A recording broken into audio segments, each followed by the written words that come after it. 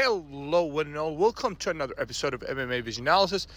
This one, we're going to talk about Mike Tyson, Jake Paul, uh, the fight that was disappointing to say the least, but a card that was decent.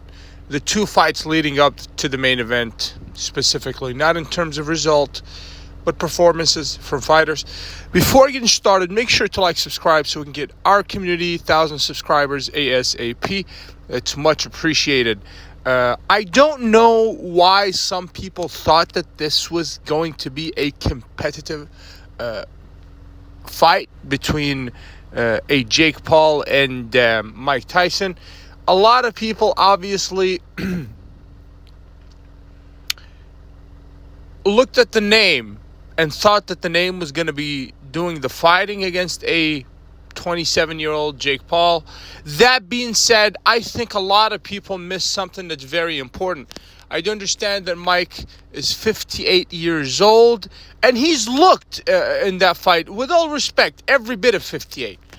I don't know what they were giving him prior to the fight to gain the mass.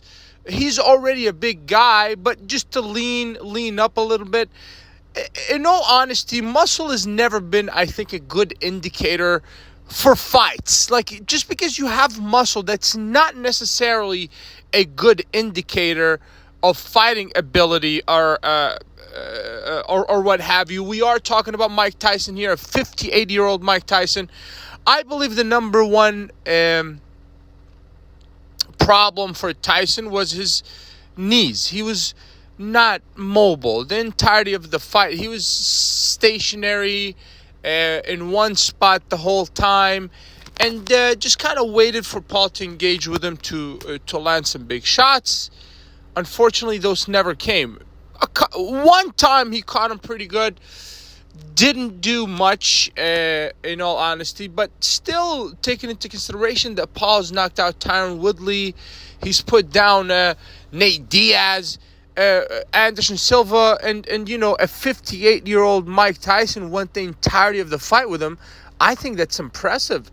This is not me saying I want to see Tyson fight again. I think it's a clown show. In all honesty, it's always been a clown show, though I tuned in. If it would have happened the same night as UFC 309, that wouldn't have been the case. But I tuned in. The two fights leading up to the main event were pretty good fights. Results were crappy. Boxing is always questionable, sometimes in terms of result, sometimes in terms of matchmaking. This one was a bit of a clown show. In all honesty, I don't know how good for boxing or how much, influencers boxing is good for boxing. I kind of question that. I think it takes away a bit of the legitimacy of the sport. Not to take anything away from Jake Paul, at the end of the day, they filled out an arena and it sold a lot. And, this Netflix site, broke down from the sheer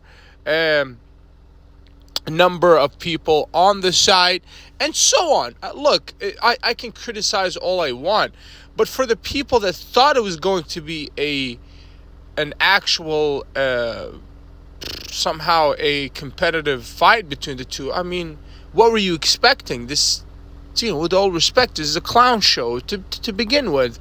And it's difficult for me to say that, but it is a clown show when there's a 30-year difference.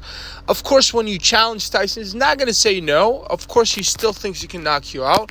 And if Paul was to sit in the pocket and engage with him, he'll probably knock him out. And at the end of the day, Tyson went the entirety of the fight against Jake, and Jake was not able to knock Tyson out. So I look at it as that.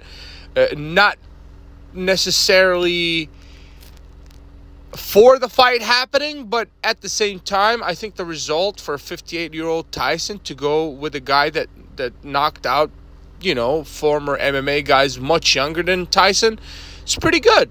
I mean, it was, I think, pretty good. But in all honesty, I didn't have much expectation.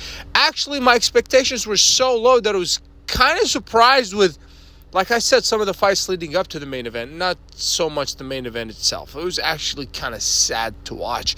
If you made it this far, I appreciate you for sticking around. Please let me know what you think in the comments and like, subscribe for more.